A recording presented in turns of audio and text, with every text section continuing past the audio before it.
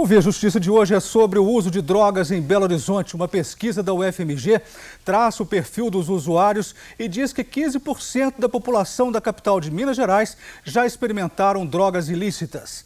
Nossos convidados, o juiz Jair Francisco dos Santos, do Juizado Especial Criminal de Belo Horizonte, e a psicóloga Michele Halil, pesquisadora da UFMG. Numa parceria da TV Assembleia com a Magis, a Associação dos Magistrados Mineiros, o Via Justiça está começando.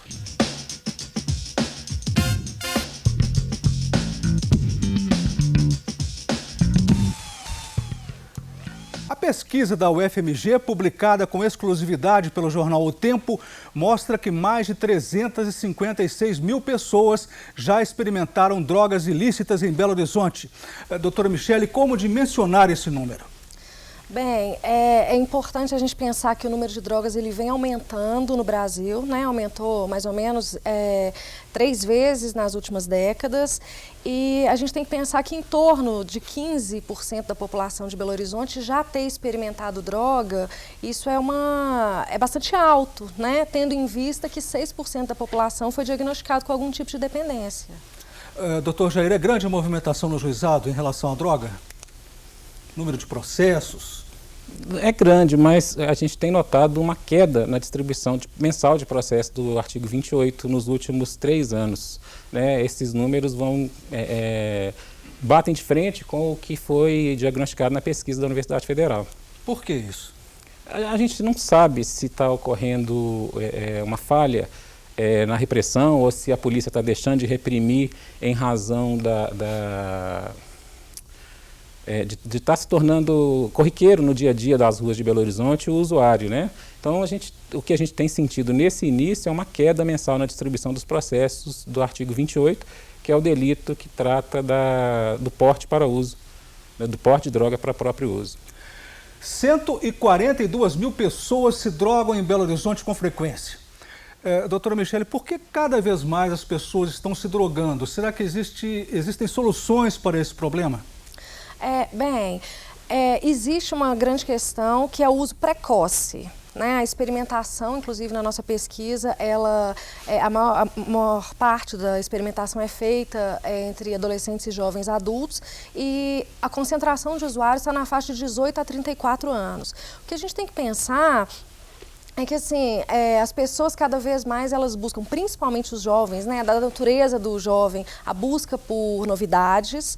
Então, se a gente tem uma grande oferta, tanto de álcool, né, porque também é droga, embora lícita, quanto de outras drogas através de dispositivos eletrônicos, as pessoas tendem a buscar mais por essa novidade, e principalmente nessas faixas etárias mais baixas.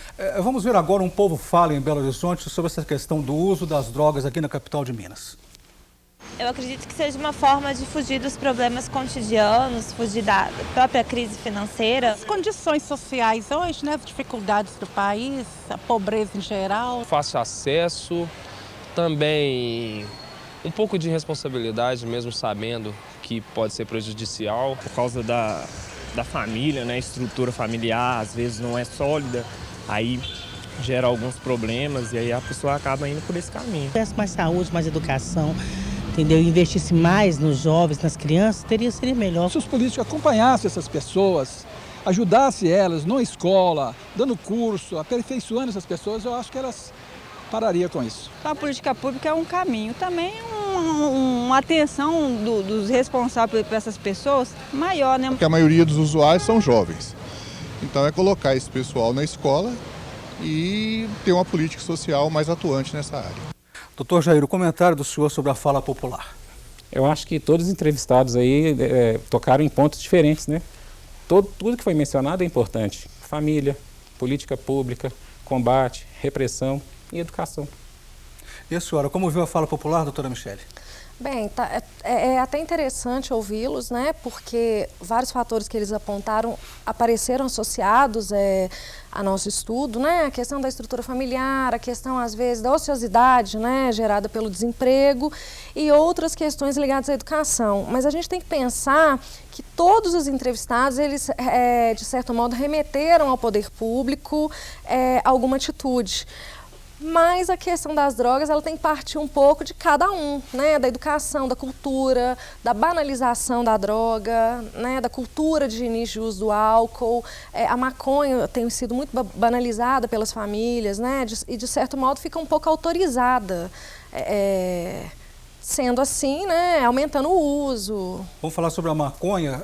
De acordo com a pesquisa, né, da UFMG, a maconha é o entorpecente mais consumido aqui em Belo Horizonte. São quase 100 mil usuários constantes, 4% da população. Como explicar o atrativo da maconha, doutor Jair? Bom, eu acredito que, como a doutora Michele disse, pela banalização, pelo incentivo dos movimentos que defendem a descriminalização da maconha. Isso é sentido muito lá no juizado, né? A gente tem lá, sei lá, quase 80%, 85% dos processos em curso lá de uso são ligados à maconha, são pelo uso, pelo porte da maconha. O senhor é a favor da descriminalização da maconha, do uso da maconha? Pessoalmente, não. Por quê? Porque a gente não sabe como que vai funcionar esse comércio legal no Brasil, né? Em contrapartida, eu também sou contrário à forma que é previsto hoje a criminalização. Que ela é prevista, o uso de droga, previsto no artigo 28 da Lei 11.343, ele ainda é crime, mas ele não tem pena, ele não tem força coercitiva. Você impõe a pena para a pessoa que é condenada pelo porte, ela cumpre se quiser. A única sanção penal que ela sofre são os efeitos secundários da condenação, que são a reincidência, a perda de direitos políticos. Mas a sanção em si, se você sai da advertência, que é uma das penas previstas, você não tem como coagir a pessoa a cumprir, porque lá no final você não tem uma pena de prisão. Será que esse ponto da lei tem a ver com aquilo que o senhor falou no começo desse bloco, né? O senhor está notando assim, houve uma diminuição, né, no número de processos, não é isso? Eu acredito que sim, porque como a doutora disse, a questão do porte, porque o uso em si, de usar a droga não é crime, né? O crime é portar para o uso. Então, assim, eu acho que a banalização desse porte nas ruas das nossas cidades, de Belo Horizonte e de todas as outras cidades brasileiras, não só das grandes metrópoles, mas no interior também está a mesma coisa, essa banalização desmotiva o policial. Isso é uma impressão pessoal, que a gente ainda não tem esse dado concreto lá no juizado, mas que está refletindo nos números na nossa distribuição. Eu te falei, a gente teve uma queda de distribuição em torno de 30% por cada juiz. E muito, a maioria, se não dizer tudo, em relação ao porte de substância entorpecente. Mas ainda assim tem quantos processos por juiz, por exemplo, do juizado especial? Nós devemos ter lá hoje em torno de menos de 1.000 processos por juiz de porte. Devemos ter lá em torno de 4.500 processos no acervo. Né? Só que tem que ser ressaltado que o processo não é que tem pouco processo no juizado, é que o processo no juizado ele gira rápido, né? Ele é arquivado muito rapidamente, ele chega ao fim muito rápido, né? Você tem a questão da transação penal, que na primeira audiência a pessoa é conduzida, é apresentada em juízo, ela pode fazer a transação penal com o Ministério Público, o processo já se finda, ele pode ser arquivado por uma questão da suspensão condicional do processo, né? E até a instrução processual no juizado ela é muito rápida, muito mais simples do que na justiça comum. Então, apesar do número ser considerado baixo, é alto por causa dessa alta rotatividade e por causa da solução rápida que nós conseguimos chegar lá. São 3 juízes, então 15 São 6 juízes. 6 juízes? 6 juízes. Então seria o quê? 30 mil processos? Não, nós temos lá no máximo 4.500, 5.000 processos. Eu acho que já é muito. O senhor é a favor da descriminalização da maconha, doutora Michele? Bom, eu já até fui, mas atualmente eu não sou mais, pensando, a gente tem que pensar em vários pontos, né? Entre eles, as pessoas não se preocupam muito com o uso da maconha, até por saber que as condições aditogênicas são mais baixas, ela tem menos índices de dependência, mas se a gente for pensar que a maioria das pessoas que usam cocaína relataram que experimentaram maconha primeiro, isso é um fator para pensar, né, bastante assim nessa liberação, né? E uma outra coisa é que a gente está no Brasil, a gente tem questões mais emergentes e sociais para se pensar, como por exemplo, como é que isso ia ser fiscalizado, como é que ia ser o comércio ilegal, como é que ia ser o comércio legal, né? O Via Justiça faz agora um rápido intervalo e voltamos em instantes.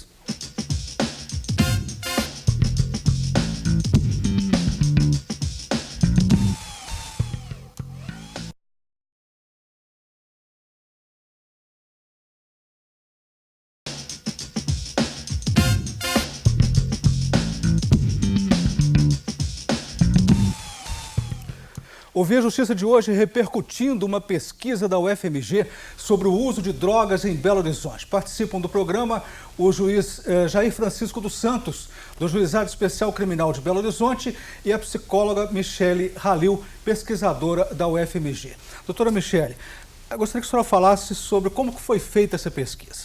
Quantas pessoas envolvidas, quanto tempo durou?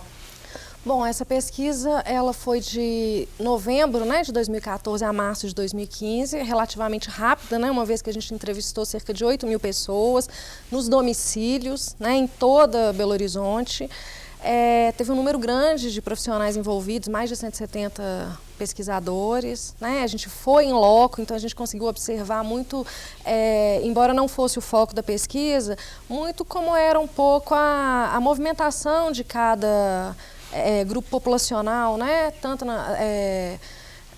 em comunidades, por exemplo, onde acontece o tráfico, como era um pouco a organização disso, como é que as pessoas recebiam, a afinidade que elas tinham para falar. A gente tinha que criar um clima de envolvimento até para que elas falassem sobre o uso de drogas, para os pesquisadores. Eu ia perguntar também, você foi fácil conseguir, porque normalmente não é fácil que essas pessoas falem sobre isso, Principalmente os envolvidos em tráfico. Como a gente fez E também os moradores dos domicílios, além das pessoas envolvidas no tráfico, porque a gente entrava na casa das pessoas, às vezes a gente tinha que oferecer um outro local, para ela responder, mas a gente tinha que criar um ambiente propício, e a pesquisa tinha uma série de questões que iam levando aquelas informações, Não é uma pesquisa fácil, mas foi possível e a gente acredita que as pessoas foram fidedignas à realidade. Esses números da pesquisa surpreenderam o senhor até que ponto, doutor Jair? Não me surpreenderam.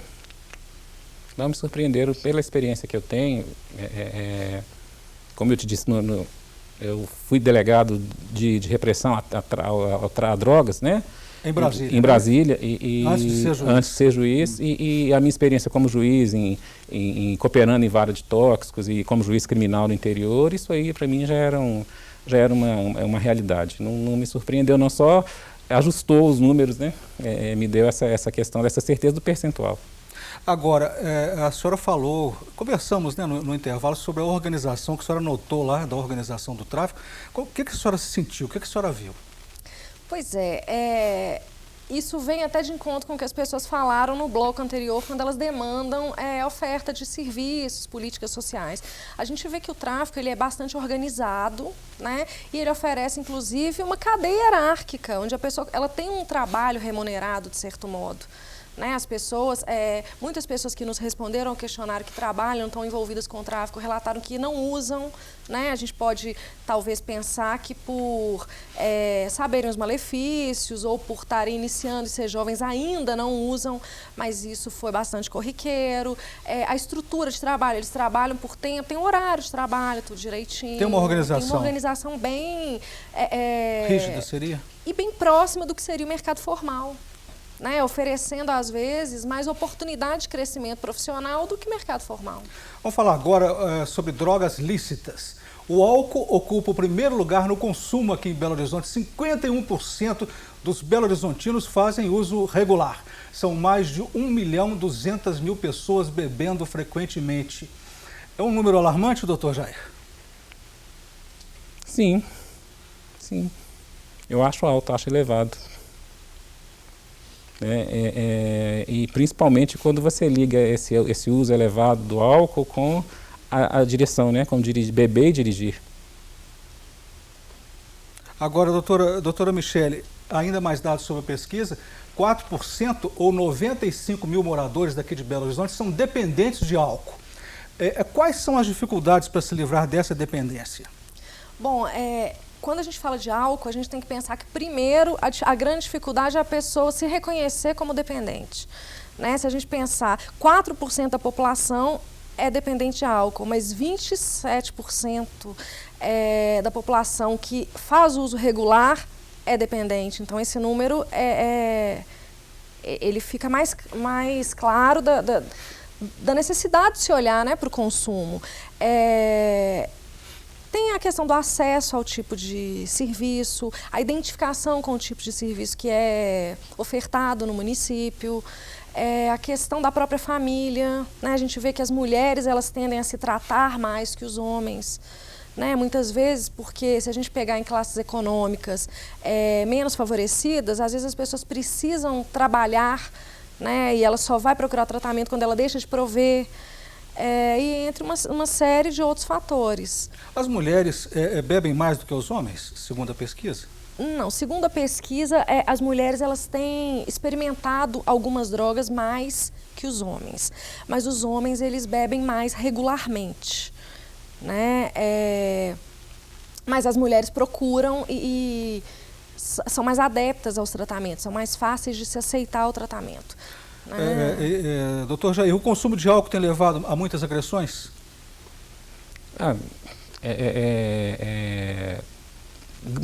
Muitas ocorrências de lesão corporal, tentativa de homicídio, briga entre vizinhos, briga entre família. O maior número de crimes contra a vida e crime contra a pessoa, um dos dias de mais incidência desses crimes é o Natal, Ano Novo, que as famílias se reúnem e bebem juntas. E nas ruas os bares ficam cheios, então a incidência desse tipo de ocorrência, desse tipo de crime, aumenta muito e, em sua grande e esmagadora maioria, com ligação ao uso do álcool. Doutora Michele, por que a senhora falou aí, de acordo com a pesquisa, os homens recebem menos tratamento, né, do que as mulheres? Por quê?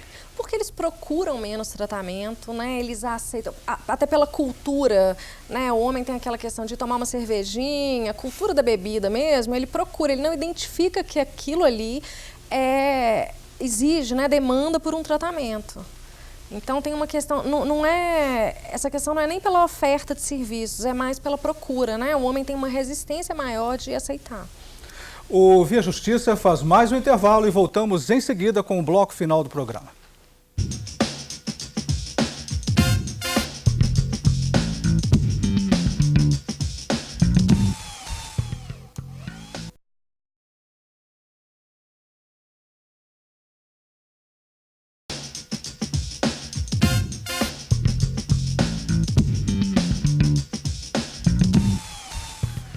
O Via Justiça e o uso de drogas em Belo Horizonte. Nós estamos repercutindo uma pesquisa da UFMG sobre o tema. Participando do programa, o juiz Jair Francisco dos Santos, do Juizado Especial Criminal de Belo Horizonte, e a psicóloga Michele Halil, pesquisadora da UFMG. Doutor Jair, quais são os programas do Judiciário aqui em Minas para o combate à droga? Bom, lá nos Juizados Especiais Criminais, falo muito aqui em política pública, né? Existe uma política pública em funcionamento hoje no Estado, e é uma parceria entre o Tribunal e o Poder Executivo, por meio das sedes, né, que instituiu os grupos de reflexão, né? Como que funciona isso na repressão ao uso?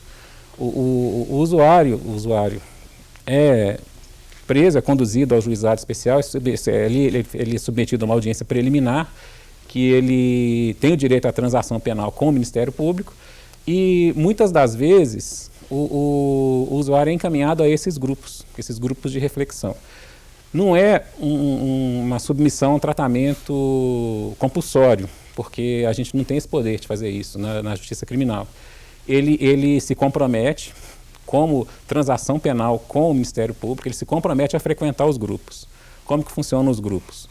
São 12 reuniões com usuários de drogas, e eles recebem um apoio técnico de profissionais especializados ligados ao tratamento da dependência química. São obrigados a fazer esse...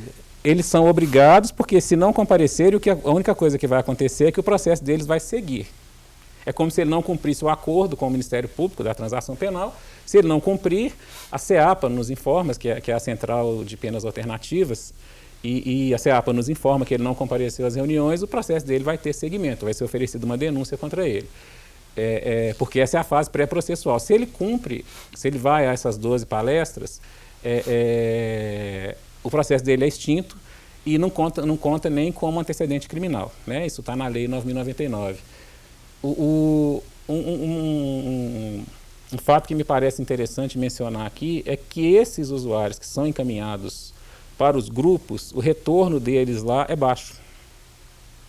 A gente não tem isso em dados estatísticos, porque eu fui pego de surpresa com essa entrevista hoje, não tive como buscar esses dados, mas o retorno pelo nosso dia a dia no juizado, nas audiências de conciliação, né, nas audiências preliminares e na instrução, a gente percebe que esses que são encaminhados para o grupo, o retorno deles é baixo. Então, tá dando resultado. Então a gente vê o resultado na prática.